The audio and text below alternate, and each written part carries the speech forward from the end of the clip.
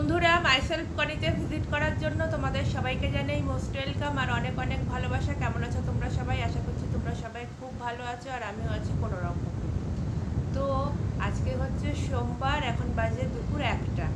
আমি এখন থেকে ভিডিওটা শুরু করছি। এটা খুবই একটা আর্জেন্ট ভিডিও, ঠিক আছে? আমাকে ভিডিওটা এখনই করতে হচ্ছে কারণ আজকে কিছু গুরুত্বপূর্ণ কথা তোমাদের সাথে শেয়ার করব, ঠিক আছে? তো এই টাইমে আমি সচরাচর ভিডিও করি না, বাট এখন খুবই আর্জেন্ট। তো আমি প্রথমেই বলবো যে তোমরা তো আমাকে রিসেন্টলি দেখছো যে আমি টুকু, অনন্ত আর ইচ্ছাপুরের পায়খানা, ওদের তিনজনকে নিয়ে খুব ভিডিও করছি, তাই তো? তো ওরা আমার বিপদের দিনে হেসেছে, মজা লুটেছে, হ্যাঁ, আনন্দ পেয়েছে। সেই কারণে ওদেরকে নিয়ে অনেক কিছুই আমি বলে ফেলেছি ওদেরকে। তো কি করব, ঠিক আছে? আমার যখন চরম বিপদ ছিল, আমাদের বাড়ির একজন যখন হসপিটালাইজড ছিল, তখন সবাই মিলে টুকু, অনন্ত, ইচ্ছাপুরের পায়খানা, তারা তিনজনে এবং দিনুর মা এবং আমাদের পাড়ার অনেককেই ফোনে ইনভলভ করে কথাবার্তা বলে আমার খোঁজ নিচ্ছিল, ঠিক আছে? যে আমি সেই সিচুয়েশনে আমার অবস্থা কি, আমি কি বলছি, কি করছি। হ্যাঁ, মানে আমাকে নিয়ে ওরা সবাই মিলে রং তামাশা করছিল। রং তামাশা বোঝো তো? সেই রং তামাশা করেছিল, খিল্লি উড়িয়েছিল। হ্যাঁ, তারপর তো মানে টুকু তো বললাম যে হসপিটালের মধ্যে ঘেন্নার চোখে আমার মুখের দিকে তাকিয়েছিল, যেহেতু আমি টাকা চেয়েছিলাম স্বর্ণকার পুরোহিত এবং ওর কাছে, ওর বোনের কাছে। হ্যাঁ, ইচ্ছাপুরের পায়খানাটা বলেই দিয়েছে, কথাটা শুনতে না। আমি যখন বলেছিলাম যে তোমার কাছে কিছু টাকা হবে, ইচ্ছাপুরের পায়খানাটা তো তখন বলেই ছিল যে আমি এখন পায়খানাতে বসে আছি, ঠিক আছে? তার থেকেই আমি ইচ্ছাপুরের পায়খানা বলি ওকে। তো যাই হোক, যেইটার জন্য আমি ভিডিওটা করছি এখন, সেটা হচ্ছে আমাদের বাড়িতে একটু আগে, ঠিক আছে? আমি এখন, তোমরা তো জানোই আমাদের একটুখানি বেলাতে রান্না হয়, হ্যাঁ। তো আমি এই 12টা নাগাদ একটুখানি ফোন দেখছিলাম, ঠিক আছে? তো ফোন দেখতে দেখতে হঠাৎ আমাদের বাড়িতে একজন আসে, ঠিক আছে? এসে বলে যে তোমাদের বাড়িতে কে আছে? আমি বললাম যে এখন কেউ নেই, এখন আমি বাড়িতে একাই আছি। তো তারপরে আমাকে বলছে যে ফোনটা দাও। আমি সেই বলছে যে দাও, তারপরে দিলাম। তো ফোনে একজনের সাথে বললো যে একে ধরিয়ে দাও, আমি ধরিয়ে দিলাম। তো তারপর সেই লোকটা যে এসছে, সে কাঁদতে কাঁদতে ফোনে একজনকে বলছে, মানে আমাদের বাড়ির একজনকে বলছে যে আমার ছেলে ট্রেনে অ্যাক্সিডেন্ট হয়েছে, ঠিক আছে? আমাদের যে নিয়ারেস্ট স্টেশন, সেখানে ছেলেটার অ্যাক্সিডেন্ট হয়েছে। তার একটাই ছেলে, ঠিক আছে? তার একটাই ছেলে এবং ছেলেটা আমারই বয়সী, ঠিক আছে? এই ছেলেটা বলতে গেলে আমি যখন ক্লাস 9-10-এ পড়তাম, ছেলেটা ভালো, ঠিক আছে? ছেলেটা খারাপ না, ছেলেটা ভালো। তো আমি যখন ক্লাস 9-10-এ পড়তাম, সেই ছেলেটা ছিল হচ্ছে আমার ক্লাসমেট। আমি আরও সেম এজ, ছেলেটা সেম এজ। এমনকি আজ থেকে 5 বছর আগে ছেলেটার ইয়েতেও গেছিলাম আমি, মানে বৌভাতের অনুষ্ঠানে। তো সেই ছেলেটার আজকে অ্যাক্সিডেন্ট হয়েছে সকালবেলা কাজে যাওয়ার পথে। তো খুবই খারাপ অবস্থা, বলছে জ্ঞান আছে, পুলিশ কেস হয়েছে, হসপিটালে নিয়ে গেছে। তো হ্যাঁ, বুঝতেই তো পারছো, মানে খুবই খারাপ অবস্থা। তো সেই অবস্থা আজ থেকে বছর 2 আগে আমাদের পরিবারেও হয়েছিল।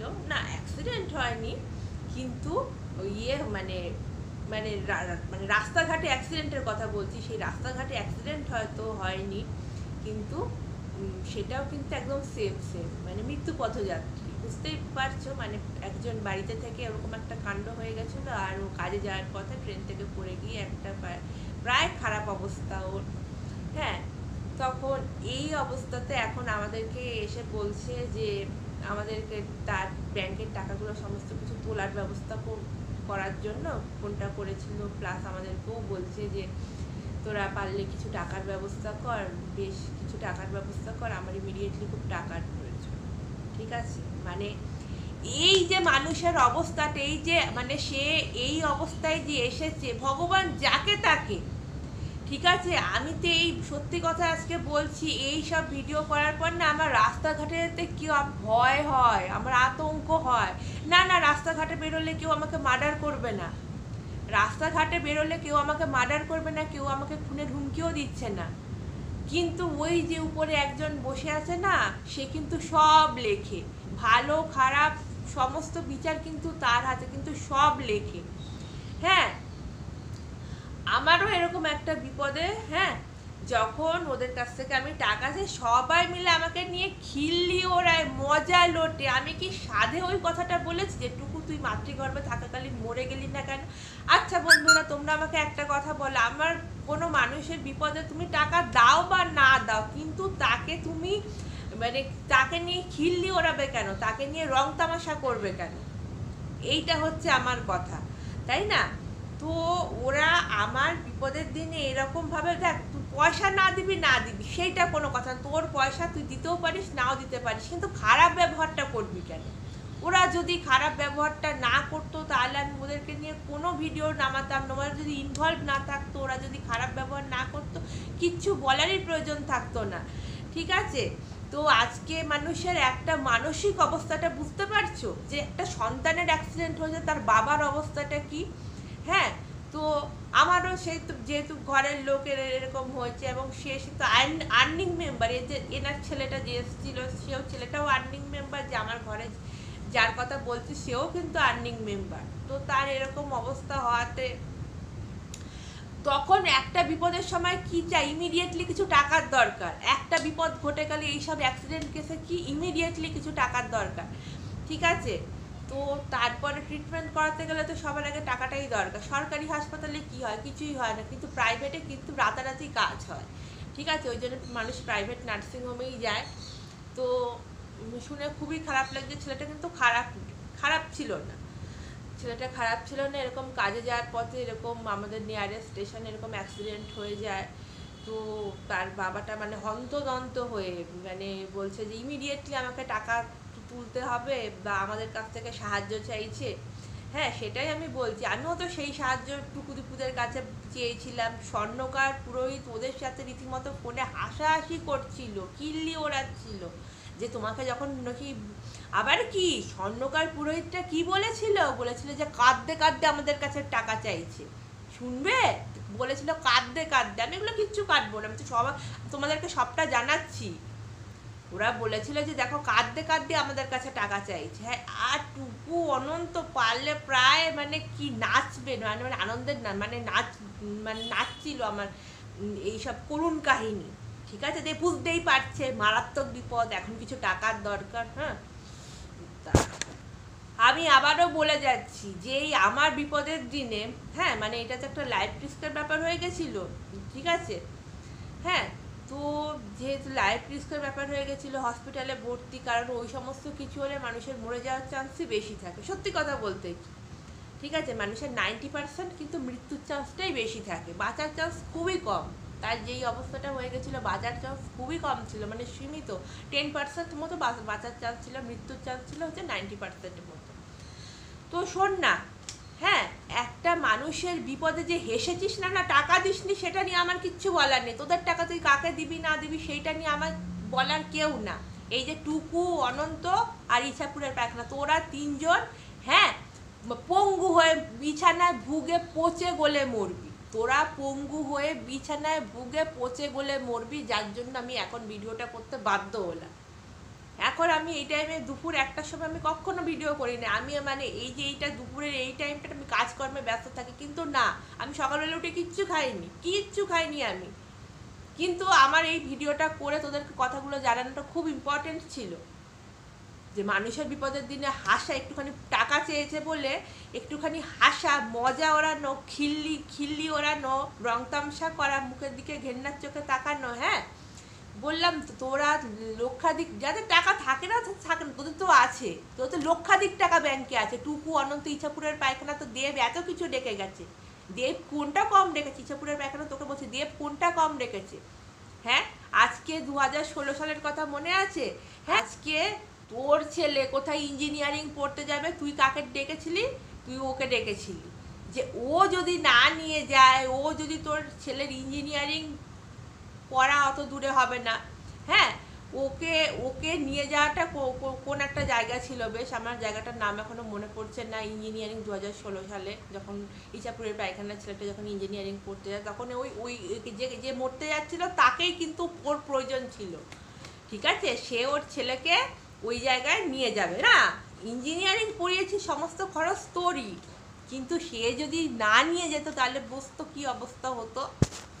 না না, ওরা মনে করেছে কি যে আমাদের টাকা আছে সেটাই ব্রহ্মাস্ত্র। হ্যাঁ, যে হ্যাঁ বন্ধুরা, তোমরা একটা কথা আমাকে বলো যে টাকাও জীবনে যেরকম দরকার সেরকম ইস্টু লোকবলও দরকার, 50% 50%, ঠিক আছে, মানে দুটোই ব্যালেন্সে হওয়া চাই, দুটোই কিন্তু 50-50 ব্যালেন্সে হওয়া চাই, টাকাও থাকা চাই, লোকবলও চাই।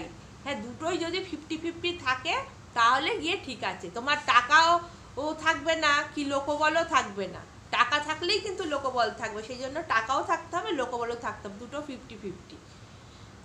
মানুষের কার কখন বিপদ কোথায় লেখা থাকে কেউ বলতে পারে না, কেউ বলতে পারে না। আমি রীতিমতো মানে আমার বেরোনোটা আতঙ্ক, আমি শুধু বাজার যাই, মিষ্টির দোকানে যাই, হ্যাঁ, তো কোনো একটু বাড়ির সামনাসামনি কোনো দরকারে গেলাম, কিনলাম, গিয়ে বাড়ি চলে আসলাম, দূরে কোথাও আমার রীতিমতো ভয়, যদি কিছু হয়ে যায়, যদি কিছু হয়ে যায়, আমি ওই যে বললাম না যে এই যে উপরওয়ালা কাকে কখন কি পরিস্থিতিতে দাঁড় করে কেউ বলতে পারে না, কেউ বলতে পারে না।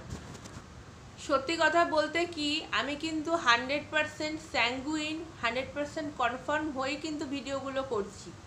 যখন আমি দেখলাম, যখন আমি বুঝলাম যে আমার বিপদের দিন, এটুকু তো ফোন করে জান্নাকে বলেছিল যে এই মেডিক্লেমে কত টাকা আছে, টুকু, অনন্ত, ইছাপুরের পায়খানা, তিনজনই বলেছিল যে কত টাকা আছে জানতে চাইছিল আমাদের মেডিক্লেমে। হ্যাঁ, টুকু তোকে জুতিয়ে লাল করব, টুকু, অনন্ত, ইছাপুরের পায়খানা তো তিনজনকে জুতিয়ে লাল করব, জুতিয়ে লাল করব। আমাদের একটা ব্যাপারে তুই ইনভলভ থাক, একটা ব্যাপারে ইনভলভ থাক, দেখবি কি হয়। আমি যখন দেখলাম, বুঝলাম যে ওইখান থেকে কোনো রকম টাকা পয়সা সাহায্য কিছুই আসবে না, কিছুই পাওয়া যাবে না, এমনকি ভালো ব্যবহারও না, ঠিক আছে, মানুষকে ভালো ব্যবহার করতে তো টাকা লাগে না, ভালো ব্যবহারও যখন কিচ্ছু পাওয়া যাবে না, তখন তারপর থেকে আমি খাপ্পা হয়ে গিয়ে, আমি ব্রেনে খাপ্পা হয়ে গিয়ে কিন্তু ওদেরকে নিয়ে ভিডিও করি। আমি যখন দেখলাম যে এ জীবনে একটা টাকাও বিপদের সময় একটা টাকাও পাওয়া যাবে না ওদের কারোর কাছ থেকে, তারপর কিন্তু 100% কনফার্ম হয়েই কিন্তু ওদেরকে নিয়ে ভিডিওগুলো করেছি, ঠিক আছে, এই জীবনে কোনো সাহায্যই তোদের থেকে পাওয়া যাবে না, এবং ভালো ব্যবহারও তোরা করতে পারবি না, ঠিক আছে, তারপর থেকেই সেই জন্য 100% স্যাঙ্গুইন হয়েই কিন্তু আমি ভিডিওগুলো করি, ঠিক আছে। তো যাই হোক বন্ধুরা, তোমরা সবাই ভালো থেকো, সুস্থ থেকো, আনন্দে থেকো, হাসি খুশিতে থেকো, চ্যানেলটাকে অবশ্যই সাবস্ক্রাইব করবে, সাবস্ক্রাইব করার পর অল নোটিফিকেশানটাকে ক্লিক করে দেবে। চলো টাটা।